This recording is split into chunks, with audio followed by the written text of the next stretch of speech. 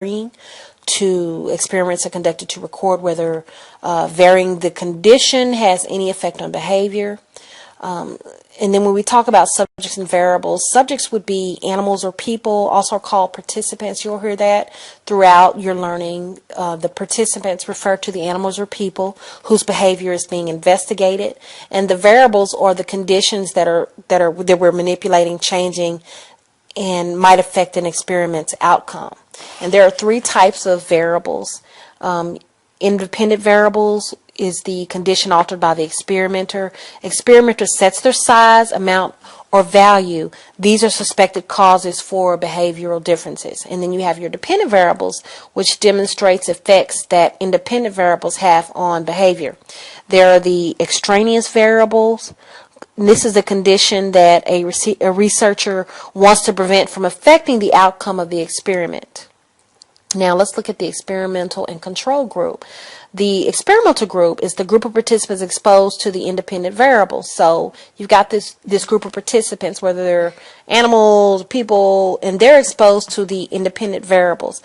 The control group is the group of participants exposed to all variables that the experimental group is exposed to except the independent variable. In the experimental control, you'll see random assignment. Participant has an equal chance of being in either the experimental or control group, even balancing extraneous personal variables. Other extraneous variables are made exactly alike between the two groups. Resulting dependent variable differences between the experimental and control groups must be due to independent variable. And in evaluating experiments results, statistically significant means results gained would occur very rarely by chance alone. So if something is statistically significant, the results are not by chance. The difference must be large enough so that it would occur by chance in less than 5 experiments out of 100. Then there's meta-analysis, which is the study of results of other studies. We have research participant bias, which is changes in a participant's behavior caused by the influence of their expectations. The text gives examples of placebos in which some researchers will offer a fake pill, sugar pill, or injection, which is just a saline, causing the placebo effect, changes in participants' behavior caused by belief that they have taken a drug or received some other treatment. I'm sure some of you may have tried this. I've tried this at home.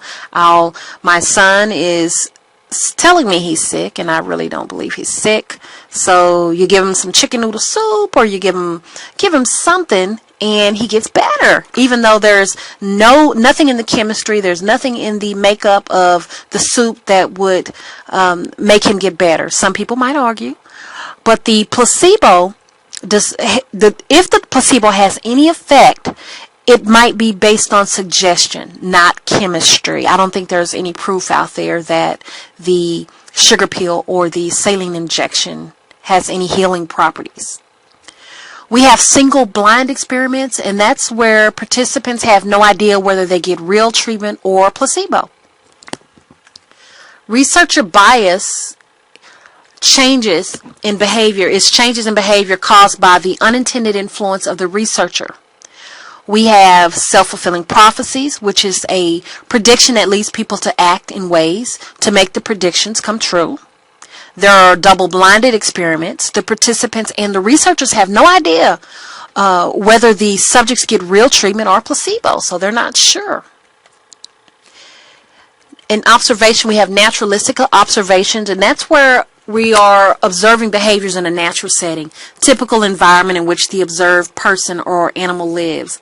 A lot of naturalistic observation may go on in classroom settings if there's a student that's having some sort of difficulty. Sometimes the counselors will go and sit in the classroom and observe the student, just to try to figure out what's going on.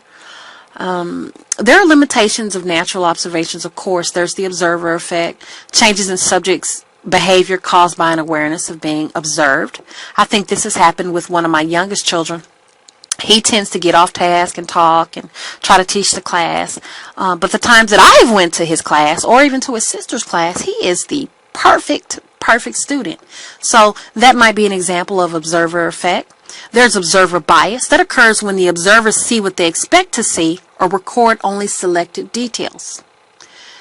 Then we have the anthropomorphic fallacy, and that's attributing human thoughts, feelings, or motives to animals, especially as a way of explaining their behavior. For an example, we see this in the might see this in the text. Anya, my cat, is acting lethargic because she's feeling depressed today. An example in my own life, my daughter had a cat, and I totally despise, I love animals, but I despise them in the house. And whenever she came to visit, her animal, she had a cat, and she had one of those little teacup chihuahuas. Her animals were house animals. And I swear this cat had it out for me.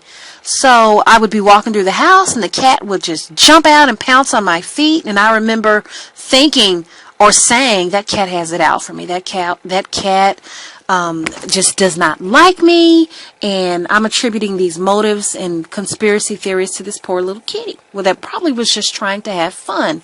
Nevertheless, the kitten is still not welcome at my house.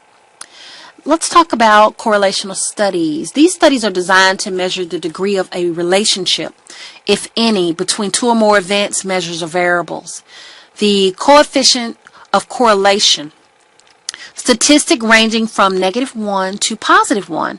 The sign indicates the direction of the relationship. The closer the statistic is to -1 or to +1 shows the stronger the relationship.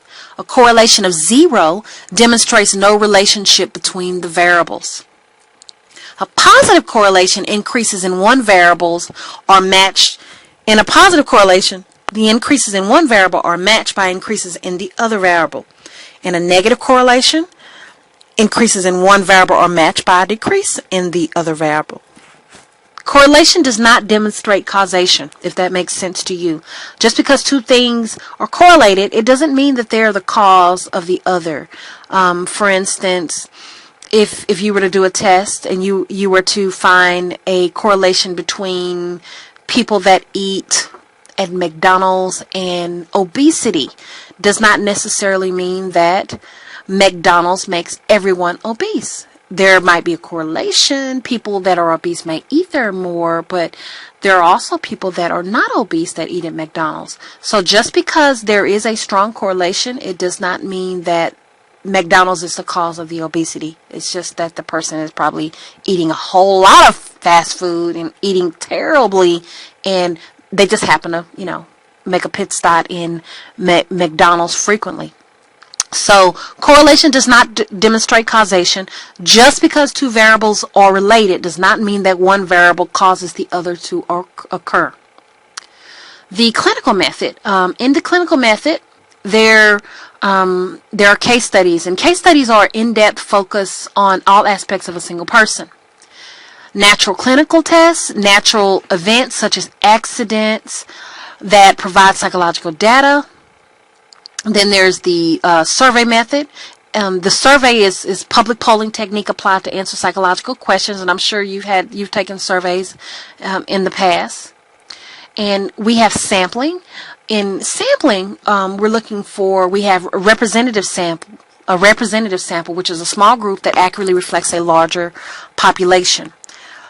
And population means the entire group of animals or people belonging to a particular category. All married women, all African American women, all Caucasian males, all Shih Tzus. It just depends on what population you're testing.